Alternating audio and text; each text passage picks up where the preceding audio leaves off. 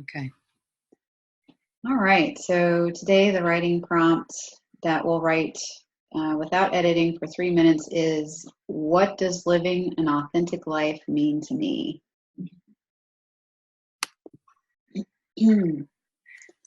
So, Oh, what an interesting question to work with. Given that authentic is something I've thought about and felt like I've been trying to do for years.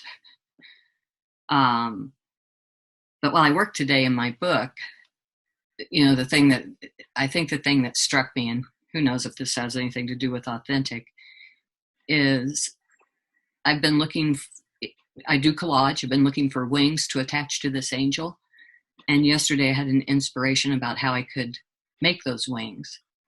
So today I'm sitting here and I'm going, this is like so incredible. I'm building wings.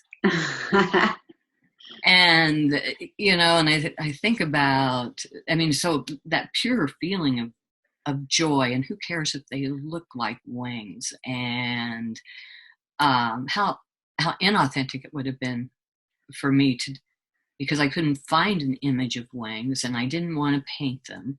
right. And I knew there was something there. How inauthentic of me it would have been to deny them.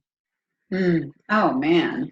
Instead of, kind of like they don't matter. I'll find them later. But what happened yesterday was I had an inspiration with a gift bag where I could cut it up and make my wings. Oh, wow. So thank you for the studio session this morning. That was my experience. Yeah, I had I don't know if it would be similar, but similar in the fact that it just felt like it was truly exactly where I was in the moment. And that was, I just decided right after doing the writing prompt, I always scribble. So I did some scribbling just to sort of find myself here.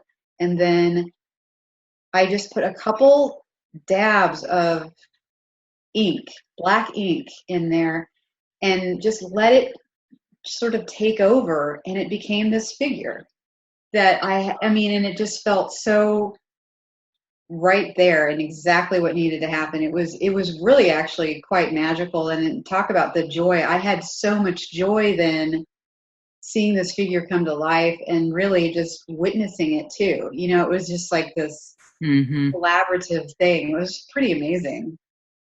This process, just creativity in general, but then just allowing it and not giving a shit who sees it because it's just for you. That's wow. And it doesn't mean that thinking about it doesn't stop. I'm sitting here cutting these little pieces of paper and going, really? This is what, you could spend all day doing that sort of sense of there's other things to do. You could spend all day. And that's stuff I struggled with early on. I would push it away. And now it's like, oh, I could really spend all day doing this. Yeah. And it's not that it didn't, the thoughts about that stop me don't stop. I just don't give them as much. I just don't pay attention to them anymore. Yeah. Much. Particularly, and this really lets me practice that. That kind of, yeah, you got a lot to say, but we're doing something else right now, honey. Go sit in the waiting room. Right. Or you can watch, but just be, you can watch. Just keep your mouth shut. Keep your mouth shut. Yeah. And I like the fact that we have set a time limit too, because then we can just say, I have set this time limit for myself. I've carved this amount of time out for myself. And then after that, some other stuff can get done. Right. So that part of because I think that is another part of that voice that tries to keep us safe so that we don't stretch ourselves and get vulnerable or whatever the case may be. That's part of that critical voice, the voice that says, I have so many other things to do. Right. And then it reminds me of that quote I told you about don't squeeze your creativity into the little tiny extra spaces you have for it. That, right. How big it has been for me with Rise and Shine once a week, our studio sessions, to make a commitment to show up and and be here for it. And sometimes I didn't like what I was doing. Sometimes I didn't want to be there. Sometimes the hours seemed way too long.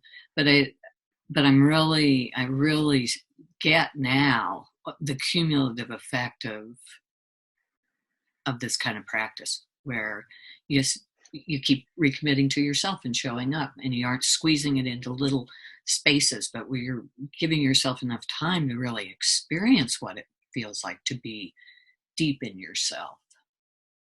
Yeah, absolutely. I agree. The cumulative stuff, and it builds upon itself too, because when I started the walkabout with you, it definitely got better. Mm-hmm. But then when you and I committed to doing this every single week together, sometimes more, it's really just snowballed. Yeah. Yay. Great session. Thank you. Thanks, Sarah. So I'll see you at the next one. Yeah, for sure. All right. Have a good day. You too. Bye.